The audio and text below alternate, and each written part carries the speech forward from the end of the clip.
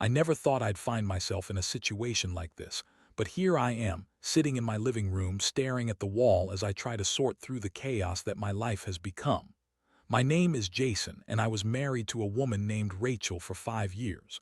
We had a pretty typical suburban life, good jobs, a cozy little house, and a dog named Max. On the surface, everything seemed perfect, but underneath, things were starting to rot. The signs were subtle at first. Rachel began to come home late from work more often, claiming it was because of extra projects. Her phone was glued to her hand, and I started noticing she was more secretive about it, turning the screen away when I walked by and not wanting to share her passcode. Little things at first, but they started to pile up. Friends would say, "Don't overthink it, man, she's just busy." But my gut was telling me something different. Then came the night I'll never forget. It was a Friday, and I had planned a nice dinner for us at our favorite restaurant. I took the time to set everything up, candles lit. And Max was at my feet. He could sense something was off. Rachel came home 2 hours late, saying she had to work late again. The look on her face, though, was not of exhaustion but of guilt. I shrugged it off, thinking maybe she was just stressed. But a few days later, I noticed a text pop up on her phone. It was a message from someone named Ryan. I didn't recognize the name, but the flirty tone of the messages made my blood run cold. They were filled with inside jokes, emojis, and affection that I hadn't seen in our conversations in ages. I confronted her about it that night, and she laughed it off, saying it was just a coworker messing around. I wanted to believe her, but I could feel something rising in my gut. A week later, I came home early from work. I walked in, and the house was eerily quiet. I glanced around and noticed her phone on the kitchen counter, buzzing incessantly. I picked it up and my heart dropped when I saw Ryan's name again, only this time the message read, "I can't wait to see you tonight." My hands shook as I dialed her number and she picked up in a panic. "Hey, I'm just running late from work," she said, but I could tell she was lying. Her voice was too high, too forced. I told her I was home and I could feel the silence stretch on the other end. That's when I put the pieces together. The late nights, the secretive behavior, and now this text. I was going to confront her, but first I needed proof. I waited, my heart racing, as I decided to stake out her workplace the next day. I parked a few blocks away and watched as she walked out hand in hand with Ryan, her ex-husband's brother. They laughed, shared intimate whispers, and my heart shattered into a million pieces right then and there. I couldn't believe it. She was cheating on me with him, of all people. The betrayal felt like a punch to my gut. My emotions swung from rage to devastation, and all I could think about was how I was going to confront her. A few hours later, she walked through the door and I was ready. I had to keep my cool, but the anger was bubbling inside of me like lava. I questioned her, and her reactions only fueled my fire. Rachel, the woman I thought I knew, transformed into someone I barely recognized. Her excuses fell flat, and her lies were woven into a tapestry of deceit. She claimed he was just a friend and that she loved me. The words felt empty as I stared into her eyes, searching for something, anything, that resembled the woman I married. The emotional impact of that confrontation was overwhelming. I felt betrayed, angry, and so incredibly sad. I had trusted her, and she had shattered that trust in an instant. I wanted to scream, to cry, to lash out, but instead I took a deep breath. I realized it was time to make a decision. I could either let this destroy me or take control of my life. As much as I loved Rachel, I had to think about what I wanted. I decided I wouldn't let this consume my life. Instead, I would focus on my own happiness and well-being. The thought of leaving her made my stomach churn, but the reality was that I deserved better. I needed to take action, not just for myself, but to ensure she understood the consequences of her betrayal. To move forward meant I had to break free from the life we built together. I spent the week after that confrontation planning my escape, talking to a lawyer, looking for a new place, and processing all these emotions swirling inside me. It wasn't easy, but I was determined to take the next step. I was ready for a clean break. I had learned that I couldn't rely on someone who would so easily betray my trust. There was no going back now. It was time to let the pieces fall where they may and embrace the unknown. With that, I felt a sense of relief wash over me. I was not just a victim. I was going to be the one in control moving forward. The days following the confrontation were a blur of heartache and planning. I found myself oscillating between feelings of rage and sorrow, but a new resolve was taking shape within me. I had made up my mind to walk away from Rachel and reclaim my life, but the thought of executing that plan sent shivers down my spine. I started gathering evidence of her infidelity, just to be sure I had everything I needed for the inevitable confrontation that would come when I finally told her about my decision. My phone became my ally. I snapped photos of her texts with Ryan and even recorded the two of them together when I saw them at the cafe one afternoon. It felt surreal, almost like I was living in a twisted movie. I thought about how Rachel had betrayed me with someone who was supposed to be family. It was infuriating, but I also realized that her actions had opened my eyes to the reality of our relationship. I spent hours on the phone with my lawyer, discussing the terms of our separation and making sure I knew my rights. I wanted to ensure that I walked away with what was fair. I was calm and collected as we talked about assets and potential alimony. Strangely enough, discussing the logistics of divorce felt empowering. It was as if I was shedding a layer of skin that had been suffocating me for too long. That weekend, I decided to take a trip to a nearby town to clear my head. I packed my things, leaving behind the chaos of our home. I found a small cabin by the lake, a place that promised solitude and reflection. The fresh air and serene surroundings were a much-needed balm for my wounded soul. I took long walks, letting nature wash over me as I contemplated what life would look like without Rachel. During one of those walks, a thought hit me. I wasn't just leaving her, I was reclaiming my life. I had spent years trying to fit into the mold of what I thought a marriage should be, and in the process I had lost a part of myself. Now I could build my life on my terms. I thought about the hobbies I had abandoned, the friendships that had fallen by the wayside. I had spent so long catering to Rachel's needs that I had forgotten about my own. When I returned home, I felt a sense of clarity. The cabin had provided the space I needed to think. I had a plan, and although it was daunting, I was ready to put it into action. I knew I couldn't avoid confronting Rachel forever. On a Sunday evening, I invited her to sit down with me. I could feel the tension in the air as she walked in, her face lighting up with a smile that felt so disingenuous. It was as if she had no clue that I was onto her, and that only fueled my determination. "Hey, can we talk?" I asked, trying to keep my voice steady. "Sure, what's up?" she replied, her voice laced with a hint of enthusiasm. It stung. "I know about Ryan," I said bluntly, watching her face fall. She blinked rapidly, and for a moment I thought I could actually see panic in her eyes. "What do you mean?" she stammered, but I wasn't having any of it. "I saw the texts. I saw you two together. Don't even try to deny it." I leaned forward, the anger bubbling beneath my calm exterior.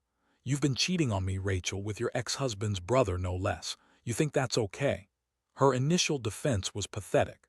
She stumbled over her words, trying to come up with excuses, claiming that it was all just a big misunderstanding and that she was confused. But I wasn't interested in her excuses anymore. I had heard enough lies to last a lifetime. "I'm done with the lies, Rachel. I need you to understand something. This isn't just about us anymore. You've crossed a line, and I'm not willing to overlook it." My voice was steady, but inside I felt like I was on a roller coaster, emotions darting wildly. She started to cry, and I felt a flicker of sympathy, but I quickly pushed it aside. She was crying for herself, not for the pain she had caused me. "I love you, Jason. I didn't mean for things to happen this way," she said, her voice breaking with emotion. "Love? Is that what you call sleeping with another man?" I shot back, unable to hide the bitterness in my tone. "You don't get to use that word while you're betraying me." Rachel's tears only seemed to fuel my anger. I was furious that she thought she could manipulate me with guilt. I could see the wheels turning behind her eyes as she realized I wasn't going to fall for her act anymore. "Listen, I'm not going to drag this out. I've already talked to a lawyer. I'm filing for divorce," I said, watching her face drain of color. For a moment there was silence. I could almost hear her thoughts racing. "You can't be serious," she exclaimed, her voice now tinged with desperation. "We can work this out. "No, Rachel," I replied firmly. "We can't. You've made your choice and now I'm making mine." As she protested, I felt a strange sense of relief wash over me. I had taken control of my life and I was no longer a passive participant in this relationship. I could see the anger and betrayal reflected in her eyes, but I felt empowered. In that moment, I realized that I was not just leaving her, I was stepping into my own future. I refused to be a victim of her choices any longer. I was going to rise from the ashes of this relationship, and it was going to be my time to thrive. Even though the emotional weight was heavy, I felt lighter. I had made my decision, and now I was ready to follow through. I was ready to reclaim my life, one way or another. The days after my confrontation with Rachel were a whirlwind of emotions. After I dropped the bombshell about the divorce, she was desperate to talk, to plead her case, but I had made my choice clear. There was no turning back. The foundation of our marriage had crumbled, and I wasn't going to stay in a relationship built on lies. Rachel began to change after that. She went from being the frantic, tearful woman who had just been confronted to someone more combative and bitter. It was as if she had flipped a switch. I could see her trying to manipulate the situation, attempting to play the victim. She would often storm around the house, slamming doors and making comments about how I was throwing away everything we had built together. It was exhausting, and I refused to engage with her theatrics. I focused on the logistics of our separation, diving into what I needed to do legally. I met with my lawyer more frequently and began organizing my life to ensure I got what I deserved. As I worked through the details, I felt a sense of empowerment grow within me. Each step I took felt like reclaiming a piece of my identity that had been lost in the chaos of our marriage. I made lists of things I needed to do, find a new place, change my bank accounts, and even start changing my social media passwords. I was taking control and it felt good. Meanwhile, Rachel's behavior was increasingly erratic. She began to reach out to mutual friends, painting a picture of me as the villain. I overheard her on the phone one night, and her tone was venomous as she recounted our conversations, twisting my words to make me sound controlling and heartless. It was shocking to see how low she would go to justify her actions. One evening, I returned home after a long day at work to find her sitting in the living room with a friend. The tension in the air was palpable. She shot me a glare that could cut glass, and I felt the familiar anger bubbling within me. I ignored her and went to my room, trying to focus on packing up my things. But Rachel wasn't done with me yet. Moments later, she stormed into my room, her expression a mixture of fury and desperation. "You're ruining everything," she shouted, her voice echoing off the walls. "You can't just walk away like this. Do you care about what we had?" I took a deep breath, trying to stay calm. "What we had is gone, Rachel. You made that choice when you decided to cheat on me. I'm not ruining anything, you are." Her face turned red with anger, and for a moment I thought she might lash out physically, but instead the emotions seemed to shift again. She became defensive, trying to backpedal on her earlier claims. "You're acting like a child. We can figure this out. We can go to couples therapy or something." "Couples therapy?" I laughed, incredulous. "You think we can fix this? What about Ryan? You've already chosen someone else over me." Her silence in that moment was deafening. I could see the realization dawn on her that there was no way to put the pieces back together after this. "Just admit it, you've moved on," she yelled, tears streaming down her face. It was a scene that should have tugged at my heartstrings, but instead I felt nothing but contempt. I recognized it for what it was: manipulation. She was trying to pull on my emotions to escape the consequences of her actions, but I wasn't having it. "I'm moving on, yes, and you should too," I replied firmly. "You need to start taking responsibility for what you've done." With that, I turned my back on her and walked out of the room. The confrontation had reached a point of no return, and I was done engaging in her games. The following days were filled with a strange mix of relief and tension. I continued to pack up my belongings. Things that had once felt like home now felt like chains weighing me down. I started to realize that I had been living in a fog for so long, and now, with each box I packed, the fog began to lift. I was reclaiming my space, my life, and my peace of mind. I decided that I needed to start meeting friends again, to reconnect with people who hadn't been part of our married life. I texted my buddy Mark, who I hadn't spoken to in a while. We used to hang out regularly before Rachel focused on building her version of our life. It was refreshing to connect with someone who knew me before I had become wrapped in the complexities of my marriage. "Hey man, long time no see," Mark said when we met up at a local bar. "It's been a hell of a ride, let me tell you," I replied, trying to keep things light. Mark had always been the jokester, and I was grateful for that. After a couple of beers, I finally opened up about what was happening. I could feel the weight of the past few weeks lift as I shared my story. Mark listened without judgment, shaking his head in disbelief as I recounted Rachel's betrayal. "Dude, you deserve so much better," he said, his eyes filled with compassion. "I can't believe she would do that to you. You're a good guy, man." Hearing those words from a friend struck a chord within me. It was a reminder that I was not defined by Rachel's choices. I was still Jason, a person who had value and who deserved to be treated with respect. As the night wore on, I found myself laughing more and feeling lighter. It was strange to think that I could still experience happiness after the heartbreak I was going through. Mark suggested a road trip to catch a concert, an idea that filled me with excitement. It felt like the first step toward reclaiming my life and finding joy again. When I returned home that night, I felt a renewed sense of hope. I had taken back some power by reaching out to my friends and reconnecting with the person I used to be. I wasn't just leaving my marriage, I was rediscovering who I was in the process. But as I lay in bed that night, I knew Rachel wouldn't give up without a fight. I still had to navigate the storm that was coming. The emotional fallout from our separation was only just beginning, and I had to brace myself for the challenges ahead. But I also knew that I wasn't alone in this. I had friends who supported me, and I was determined to thrive, no matter what it took.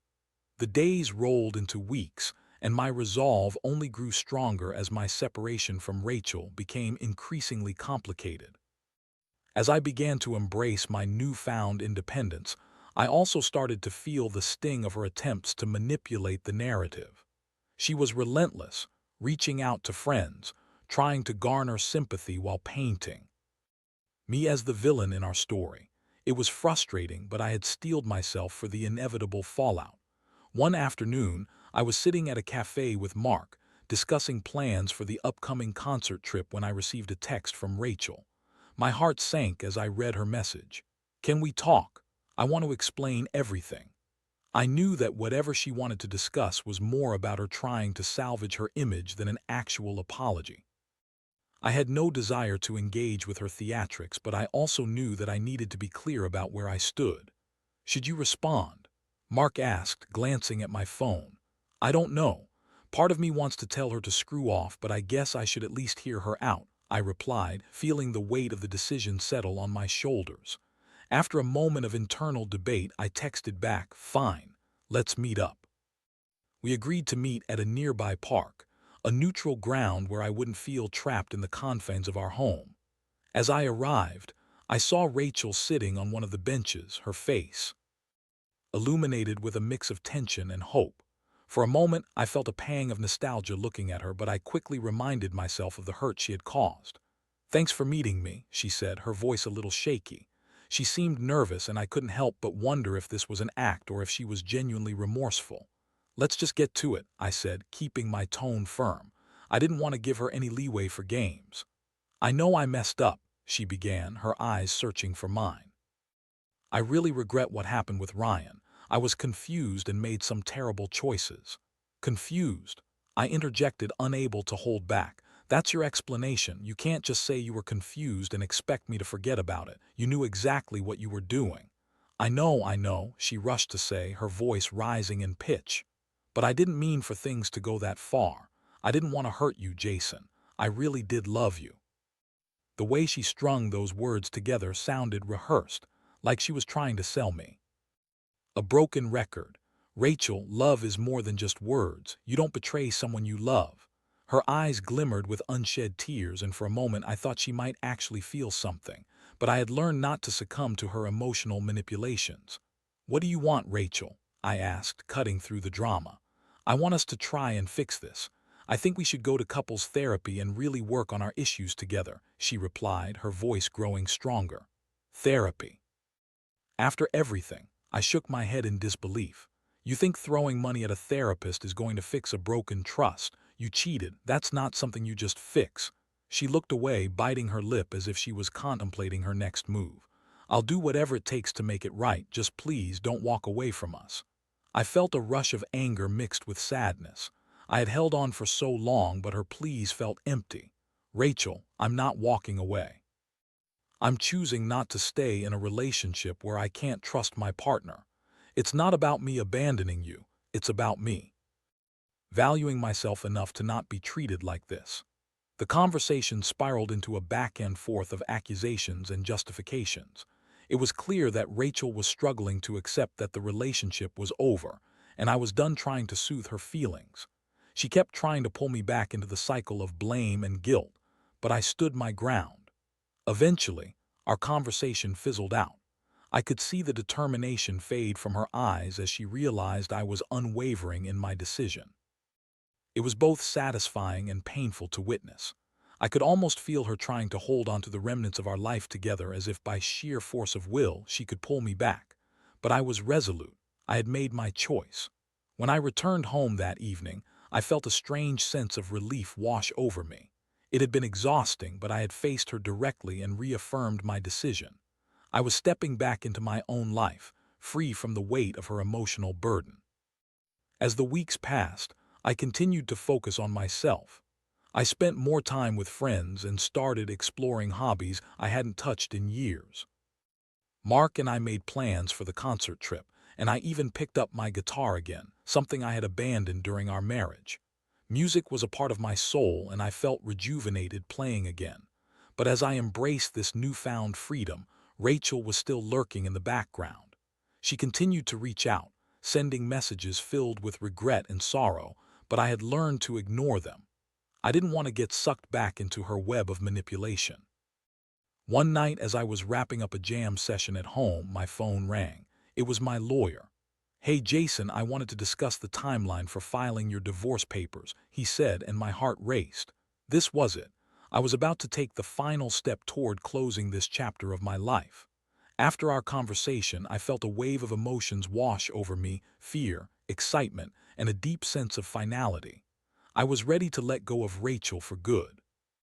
The decision to file was empowering, and I knew I was moving closer to the life I wanted. It was a clean break, and I felt like I was shedding the remnants of a life that no longer served me.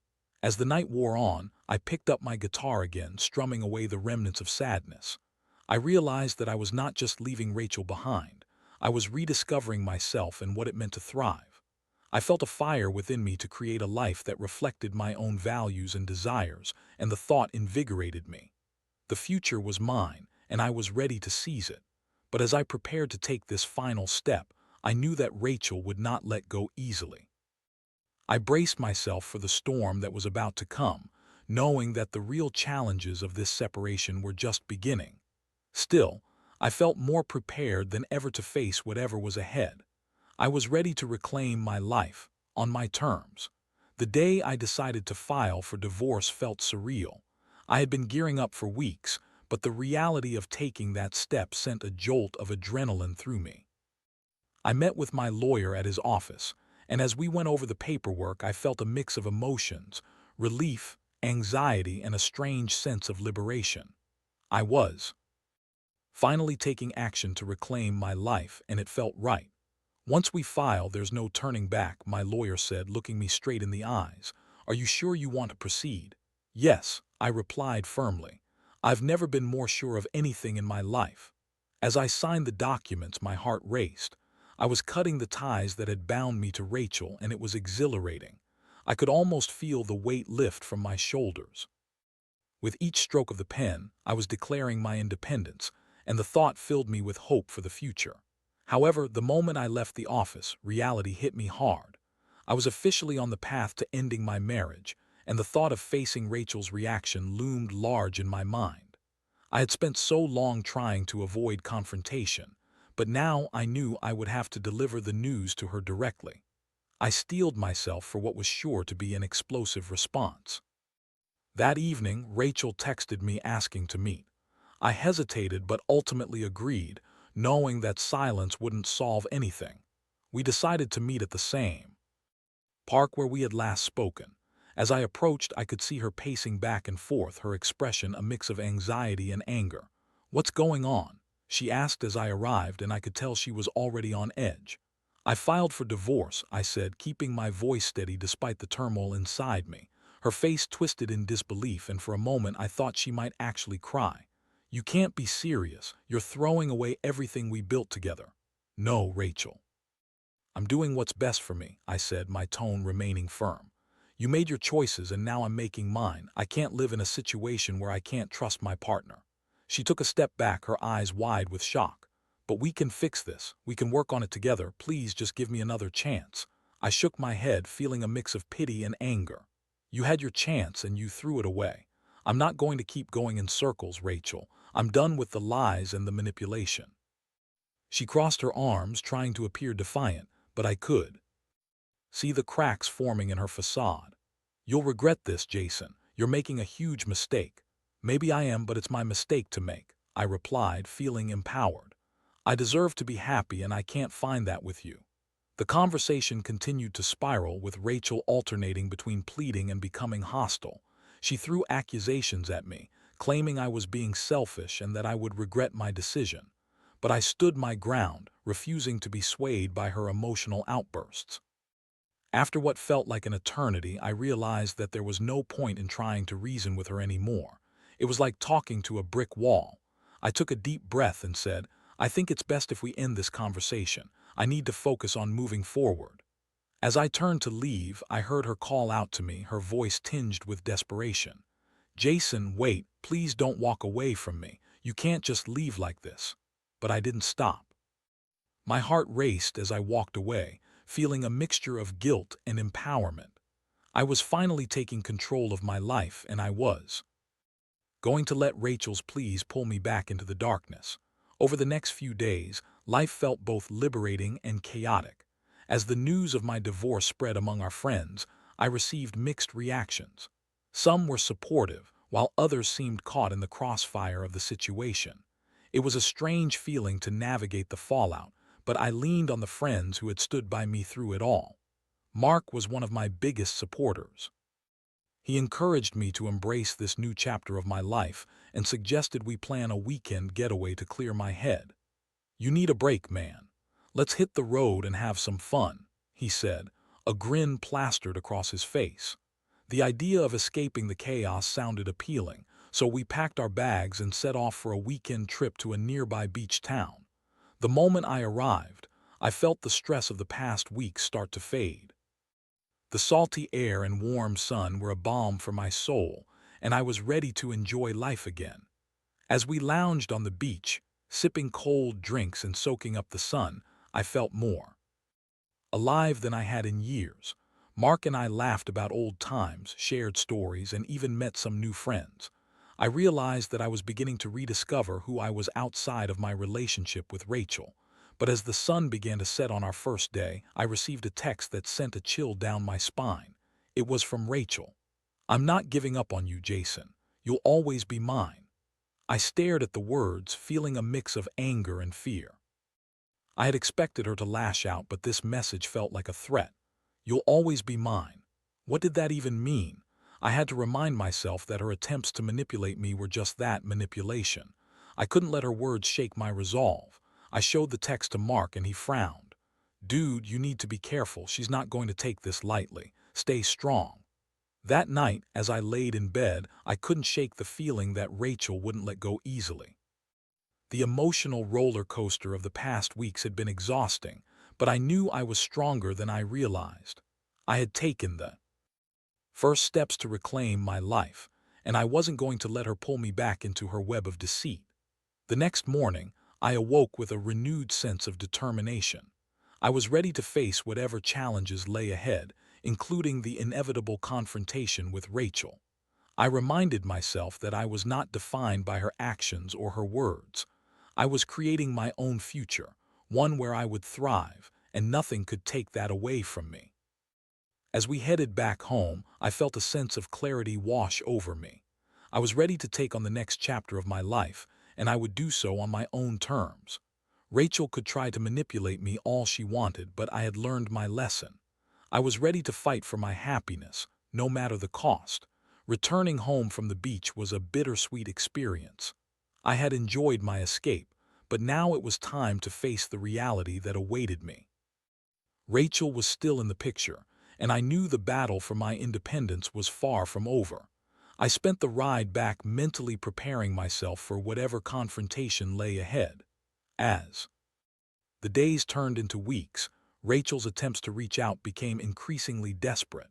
She bombarded me with messages, voicemails, and even showed up at my workplace.